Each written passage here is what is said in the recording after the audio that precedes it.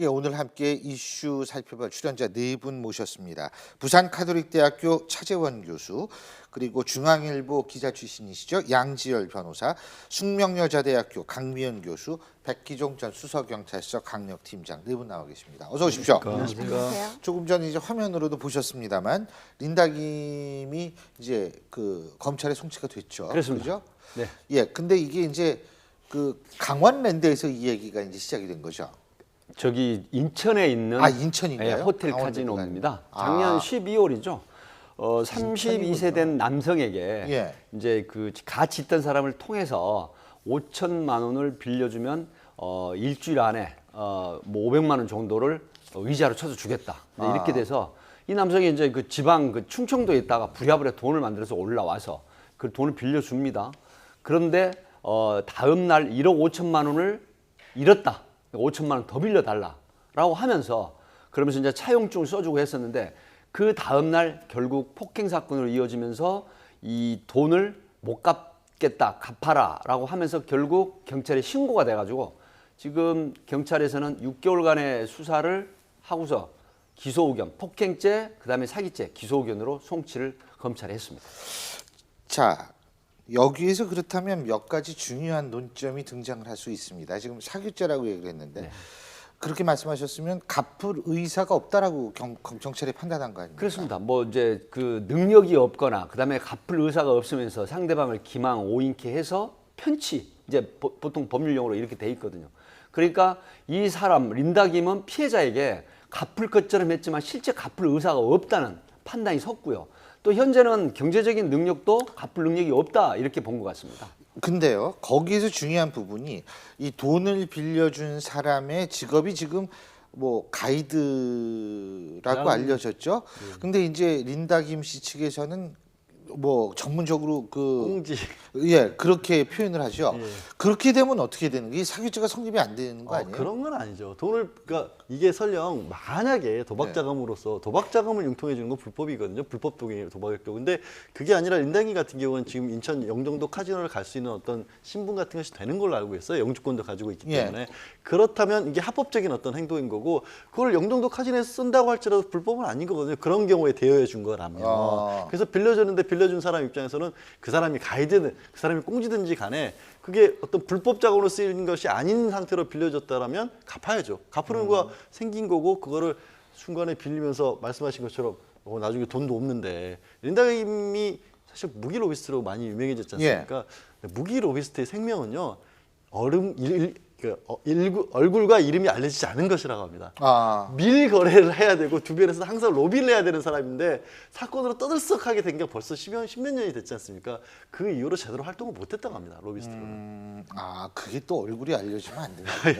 유명해졌던 게 2000년이잖아요. 예. 그때 굉장히 유명해졌는데 그때 당시에 린다 김의 별명이 뭔지 아세요? 뭐예요? 난다 김. 난다 김. 그 개그 그 난다 프로에서 김. 나오고 정말 그랬었어요. 너무 잘 나간다고 해서 난다 김이었대요. 예. 근데 진짜 이렇게 사건에 얽히는 거 보니까 참 그러네요.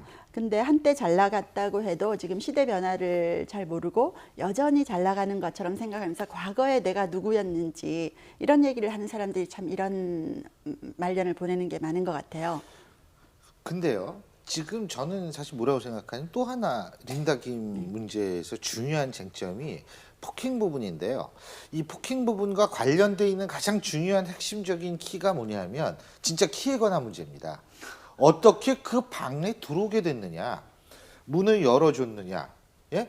아니면 뭐 들어오라고 얘기를 해서 들어갔느냐, 이 부분도 중요할 것 같거든요. 그 부분은 경찰에서 확인을 했다고 합니다. 예. 그러니까 그 프론트에 가서 데스크를 연결을 해서 지금 손님이 왔는데 들어가도 좋겠습니까?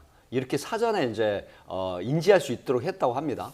그래서 결국 열어준 문으로 들어갔다 이렇게 주장을 하는데 참고인들의 진술은 프론트 데스크에 와서 전화 통화를 한 내역은 밝혀졌다고 합니다. 그렇다고 하면 린다 김 쪽 두 분이 그때 주무시고 계셨거든요. 린다 김 쪽에서는 충분히 방으로 들어올 걸 미리서 고지를 한 걸로 이렇게 지금 주장을 하고 있거든요. 린다 김 쪽에서는 근데 사실은 그런 내용도 없는데 무단 침입했다라고 주장하는 부분인데 경찰에서는 프론트 데스크에 전화를 해서 확인을 했다. 이런 게 확인이 됐다고 합니다.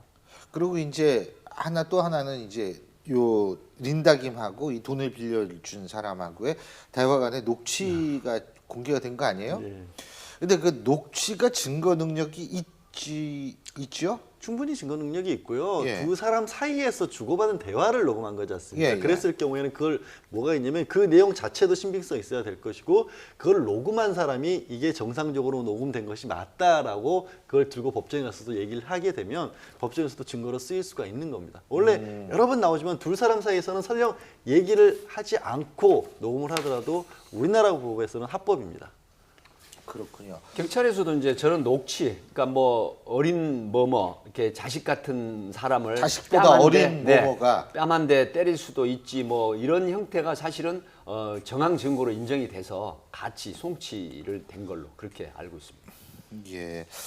이번 사건의 진실은 예. 뭐 결국은 이제 지금 법정에 가서 이제 가려지겠습니다만은 저는 뭐 하여튼 이번 사건 보면서 사실 그 린다 김 씨가 무기 로비스트로서 이제 그 2000년 아까 말씀하셨던 그 사건 되고 난 뒤에 잊혀질만 하면 이 그 언론 인터뷰 통해서 뭔가 자꾸만 자신의 신화를 좀 유포하는 듯한 그런 행위를 많이 했거든요. 작년 제가 초로 기억되는데 작년 초에 그때 그 이 뭐 일간지하고 인터뷰에서 이 당시 그때 그 통영한 비리 사건, 방산 비리 사건 아주 가장 나쁘다고 이야기를 하면서 이 무기 로비스트는 한번 팔고 나면 끝까지 책임을 져야 되는데 마치 자기는 다 책임을 지고 정상적인 거래를 해온 것처럼 그런 이야기를 했단 말입니다. 그런 걸 통해서 그런 그 보도를 통해서 린다 김에 대한 신화 좀 과포장되는 그런 측면들 때문에 이 또 이 젊은 친구들 보면 아마 린다 김 같은 그런 삶을 동경하는 친구들 분명히 있었을 거예요. 근데 이번에 이 린다 김 씨의 실체가 좀 제대로 드러난 것이 아닌가. 그런 차원에서는 좀 제 생각에 이 사건 자체가 어떻게 보면 적절하게 터진 것 같다는 생각도 근데 저 좀 사건이 지울 수가 없어요. 났을 때 린다 김 씨가 했던 얘기 녹취록 다른 부분 보면 그때 당시에 뭐 입고 있던 옷을 보면서 내 옷이 지금 얼마인지 아냐, 1억 5천만 원짜리 코트다, 내 반지가 얼마인 줄 아냐, 5천만 원 이거 갚는 거 아무 문제도 아니다 이렇게 했는데 못 갚으시잖아요. 차 교수님 말씀하셨지만 린다 김 씨가 끊임없이 화제의 중심이 돼 있었던 건 바로 LA 도착 비행기 안에서 승무원이 담배를 피웁니다. 근데 승무원이 제지를 하거든요. 그럼에도 불구하고 나 린다 김이야 라면서 담배를 계속 피우다가 결국 공항에 내려서 LA 경찰에 인계가 됐었는데 아마 그 처벌은 받지 않고 그때 당시에 훈방이 된 걸로 알려지고 있거든요. 그래서 끊임없이 화제를 일으키는 분은 틀림없습니다. 근데 참 기억력들이 좋으시네요. 저는 지금 하나도 기억이 안 나는데 참 대단하십니다. 어쨌든 이것은 이제 검찰도 아마 재판에 넘길 거라는 얘기가 나오고 있으니까 재판 결과를 지켜보면 되겠죠.